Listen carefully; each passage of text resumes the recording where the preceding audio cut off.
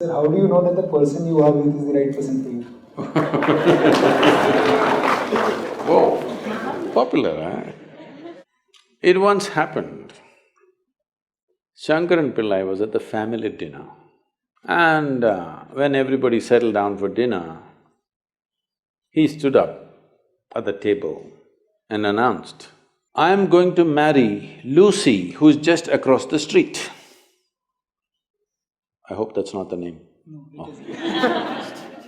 Then the father said, "What? You going to marry Lucy?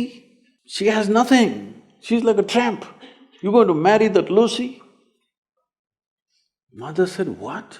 You going to marry that Lucy?" The uncles always pitch in this kind of matters, you know. Uncle said, "What? You going to marry that Lucy? Have you seen her hair? It looks fake." The aunt, "What? You going to marry Lucy?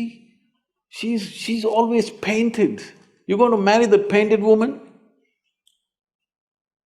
The little boy, the nephew, can't be left out. He said, "You going to marry Lucy? She doesn't even know what is cricket.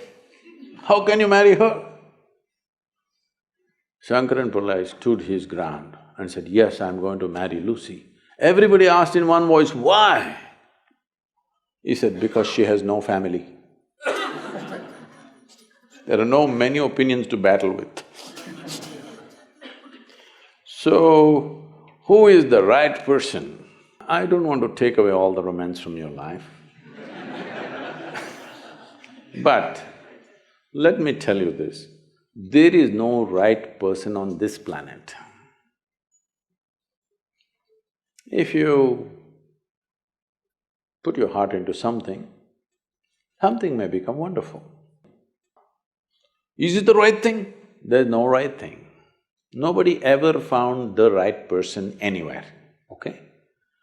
If you get into that kind of unrealistic mindset, "I have found the right person," oh, you will be soon disappointed. You must understand, there is no right person.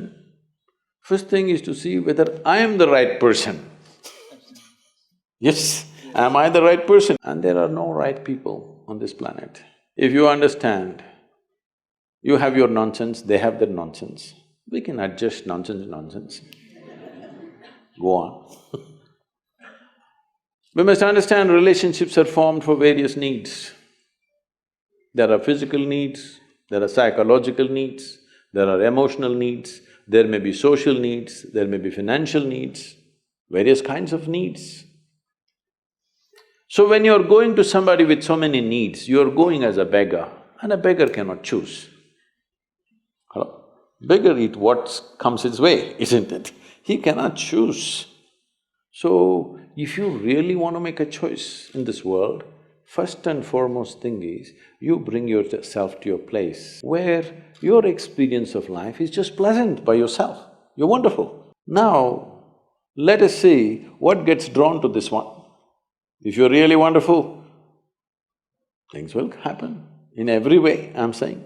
In terms of career, in terms of marriage, in terms of relationships, the best will happen to you because you made yourself like this. Instead of trying to work on somebody and fix them, if you work upon yourself and make you so wonderful that everybody wants to be with you, then there is a choice.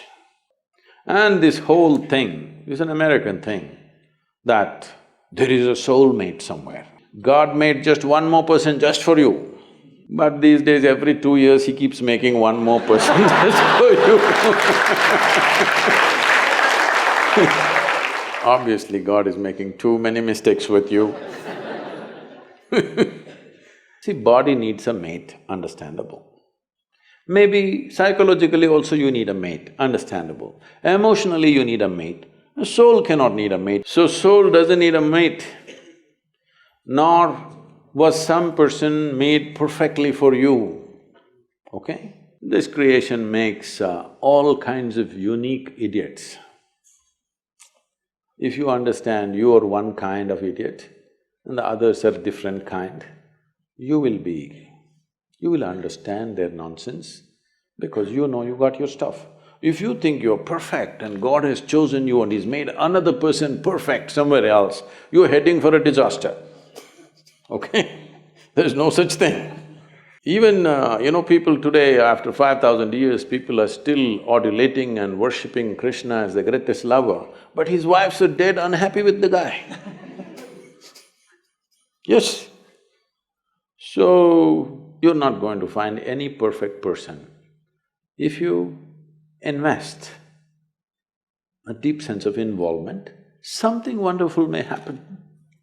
It's because of your involvement, not because the other person is fantastic. No. Even if you choose a fool, actually it's easy that way. If they're not stupid, why would they come to you first of all? No, I'm just being nasty. So, even if you choose a fool, it doesn't matter. If you involve yourself, it can turn out very beautiful. You chose the smartest person in the universe, it could be a disaster. So, do not think in terms of, whatever this made for each other nonsense. No, you choose the opposite actually. But after some time, after a little bit of time, you slowly start expecting they're just like you. This is a serious mistake. Because if one more person becomes just like you won't be able to bear with them for 2 days. Hello? Please tell me. If there's one more person just like you at home, could you live there? You're glad they're different. It's wonderful, nobody is like you, isn't it? Nobody is like you on this planet. Try and see. Nobody is like you, and that's good. Don't look for sameness, not necessary. It's the difference which makes the… because of the difference you tango, not otherwise